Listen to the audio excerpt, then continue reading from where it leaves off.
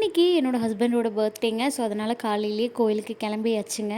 நான் பெங்களூர் வந்ததுலேருந்தே நானும் என்னோடய ஹஸ்பண்டும் இந்த கோயிலுக்கு தாங்க அடிக்கடி போயிட்டே இருப்போம். இந்த கோயில் பார்த்திங்கன்னா ஒயிட் ஃபீல்டில் மெயின் ரோட்லேயே இருக்குங்க. இங்கே இருக்கிற டிராஃபிக்கில் இந்த குட்டி பையனை வச்சுட்டு நம்ம எங்கேயுமே வெளியே வர முடியாதுங்க. அதனால தான் மார்னிங்கே வந்து கோயிலுக்கு வந்துடலாம் அப்படின்னு பிளான் பண்ணோம். ஸோ நல்லபடியாக சாமி தரிசனம் முடிச்சுட்டு காலையில் டிஃபனை வர வழியிலேயே சாப்பிட்டு கிளம்பிட்டோம். குட்டி பையனும் பார்த்தீங்கன்னா வரவே தூங்கிட்டாங்க.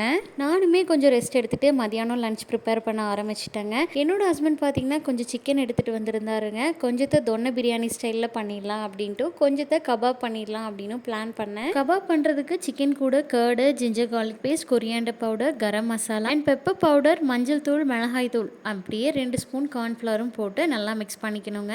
இது கூடவே ஒரு எக்கும் கொஞ்சம் சால்ட்டு, லெமன் எல்லாத்தையும் போட்டு நல்லா கலந்து ஒரு ½ அதை டிஸ்டர்ப் பண்ணாமல் ஒரு இடத்துல வச்சிடணுங்க. மார்க்கெட்லேருந்து என்னோடய ஹஸ்பண்ட் கொஞ்சம் பொருளெல்லாம் வாங்கிட்டு வந்திருந்தாங்க. அதை கொஞ்சம் எடுத்து வச்சுட்டு இருந்தாங்க. அதுக்குள்ளே குட்டி பையனும் நானும் எடுத்து வைப்பேன் அப்படின்னு சொல்லிட்டு டிஸ்டர்ப் பண்ணிட்டு இருந்தாரு. நானுமே லஞ்ச் ப்ரிப்பேர் பண்ணிவிட்டு அவருக்கு கொஞ்சம் ஹெல்ப் பண்ணிட்டு இருந்தேங்க. பிரியாணியை தம் போட்டுட்டு கையோட கபாபையும் பொரிச்சு எடுத்தாச்சுங்க. என்னோட வீடியோஸ் உங்களுக்கு பிடிச்சிருந்தா கண்டிப்பாக லைக், கமெண்ட், சப்ஸ்கிரைப் பண்ணுங்கள். ஒரு வழியாக லியாஷ் குட்டியை தூங்க வச்சுட்டு நாங்களும் டிவி பார்த்துட்டே சாப்பிட்டு முடிச்சாச்சுங்க.